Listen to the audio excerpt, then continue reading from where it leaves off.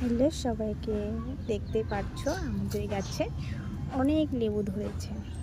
এই দেখো পুরো ভর্তি লেবু ধরেছে গাছটাতে। তো এই লেবুগুলো মানে তোমার আজকে আজকে না মানে এর আগের বড় ধরেছিল, তো এইবারে অনেক ধরেছে। তো এই লেবুগুলো ধরেছে তার কারণ হচ্ছিল এটার মধ্যে আমি একটা সার জাতীয় জিনিস ব্যবহার করি। সেটা জিনিসটা কি সেটা তোমাদেরকে দেখাচ্ছি। এই দেখো আমি দুটো লেবু তুলে আনছি, এখন এটাতে শরবত বানাবো।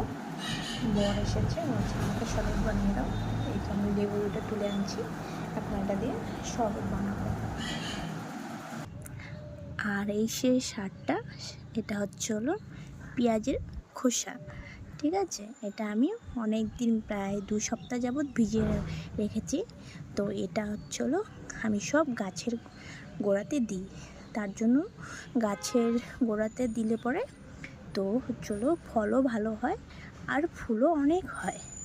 ঠিক আছে, ফুল গাছও দিলে পরে ফুল অনেক হয়, আর ফল গাছের যে গাছে ফল ধরবে ওই গাছও দিলে পরে ফলটা ভালো হয়।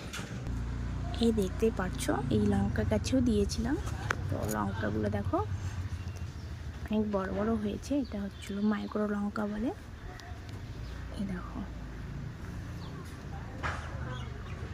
সব গাছের মধ্যে এই সারটা দিলে পরে অনেক ভালো ফল হয়।